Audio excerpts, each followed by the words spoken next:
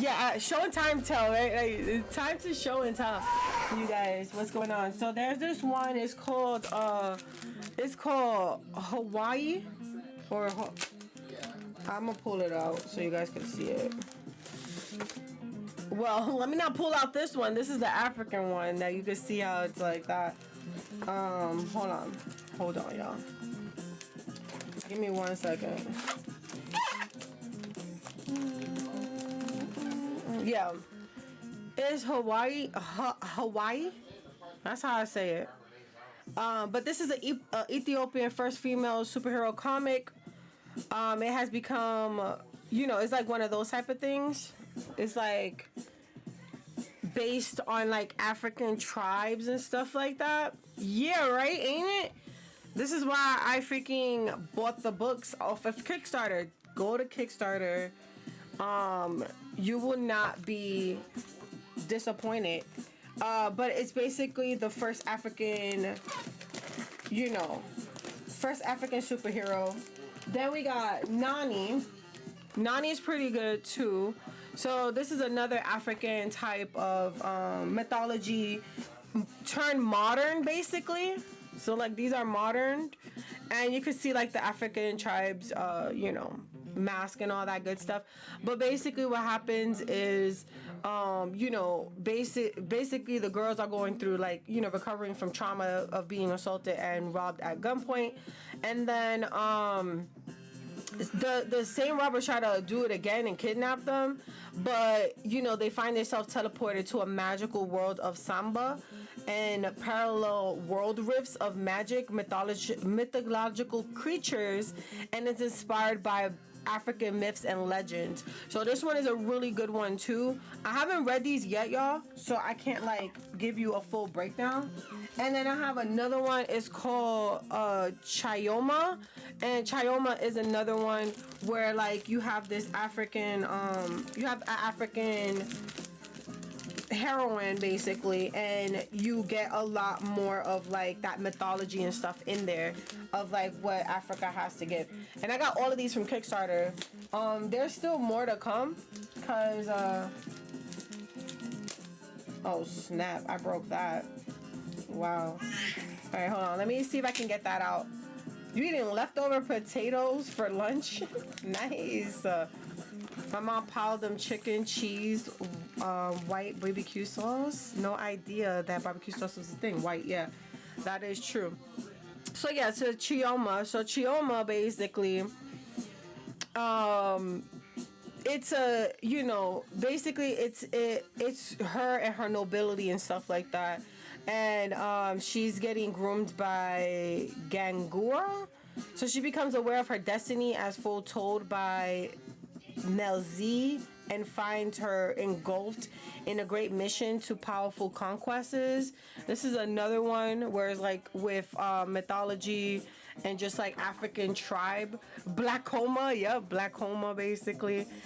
Really great comics. I got all the books because again, I support indie comic creators, and when I found out that they had like African mythology ones, I was really interested because it's really cool to look at different mythologies like Norse and Greek and all those other ones. That's pretty good. And then I have another one. It's called, I think, Jembel or something like that. Where is it? Yeah, Jember. This one is another cool one. It's basically a black African superhero. He is super dope. So, he's a regular man at the day, and then at, night, he's another replica of what African culture superheroes are, you know what I'm saying?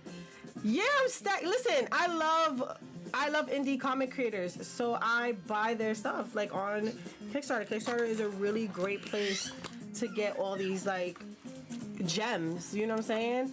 So, like, I am continuously, basically getting all the nifty things that I can get from African comic creators. And this company that's called Ethan Comics or Etan Comics, you can get their comics there. And you know, they're gonna be on the other side of the world, of course, but it's so good. It's so good. So very good. And I like highly recommend y'all like actually, if you can, get a book or so and just read about these stories. I'm gonna end up reading about these stories pretty soon, but I just have to like find the time to do it. That's about it. Yeah, right. And then recently I'm still looking for comics and stuff that has to do with like African and Puerto Rican culture. So there's another one called La Boriqueña, and this is created by what's his name? I know his last name is Somos, but yeah, Elgardo. So I got the third book because I bought all the other two books. This one is really good. It's basically a Boricua Superman, but a woman version of that. And she's actually added to Marvel. I think no, she's added to DC. So DC picked up this comic and picked up this character. So this is an actual Boricua Marvel superhero that we have. So I end up buying their book and everything. I have like everything from them. And then being that I was able to splurge just a little bit, I end up buying the toy. It's not a toy, but it's an action figure. So I'm waiting to move because I wanna like make an encasing for it. Because I think it would be kind of cool to have an encasing. But hold on, let me see if I can show you guys. He signed it and everything. He even signed under her foot. So like, she's stacked. Yeah, we're not moving just yet, but we're talking about moving. Yeah, it's a whole box. It's a whole box, but she's pretty dope. Let me see if I can get her out of here so I can show you guys her look. See, now you got me unboxing everything.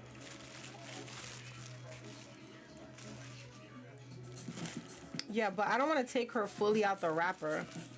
So I'm going to just leave her in this bad boy. But look at her. Isn't she gorgeous? Isn't she gorgeous? I love her so much. Look at her. So dope. Yeah, a bigger place. Definitely a bigger place. Something with a finished basement. And bigger rooms for all of us to sleep in. And more space to, like, you know, possibly make a nice streaming room rather than living in my closet. It's gonna have less closet space, but yeah. But yeah, he signed her under her foot. So that was pretty dope of him to sign under her foot. But I've been raving crazy about this character for a grip already.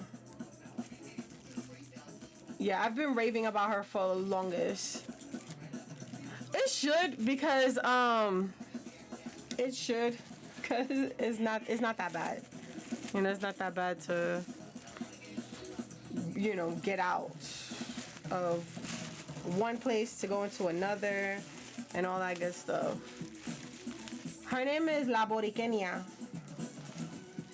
That's her name. And she's an archaeologist, right? She goes to Puerto Rico to learn about the Puerto Rican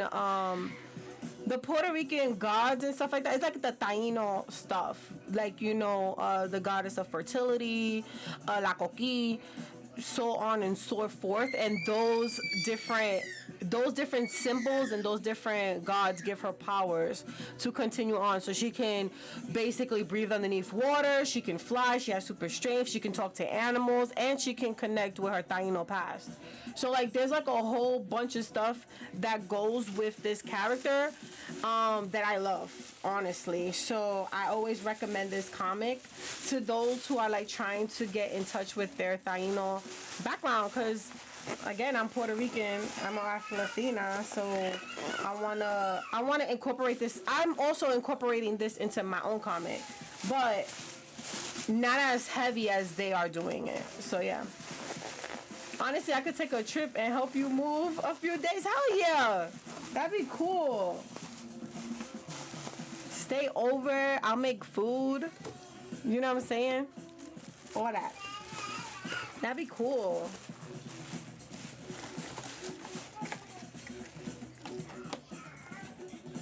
But yeah, I got all of these things, guys, and I got a pin. I got a Boriqueña pin. I want a shirt, but I got too many clothes, so I need to stop getting shirts. But yeah, this is her little pin over here. So I gotta put this on my wall, my pin wall. She's super dope though. Like, look at that. She's so cute. I love her so much. I love her so much. I love her character so much. Cause she reminds me of me. She grew up in Brooklyn, New York, I think, or something like that. And she been like learning about her past, like her heritage past and all that good stuff. So yeah, if you are interested in stuff like that, guys, definitely take a look at these different companies. So La Boriqueña and Ethan Comics and Chioma. Really good comics, really good. But yeah, that's what we're gonna be. That's what I be reading about and stuff like that, and trying to get into. Cause why not, right? Like, why not be more cultured instead of uncultured and ignorant?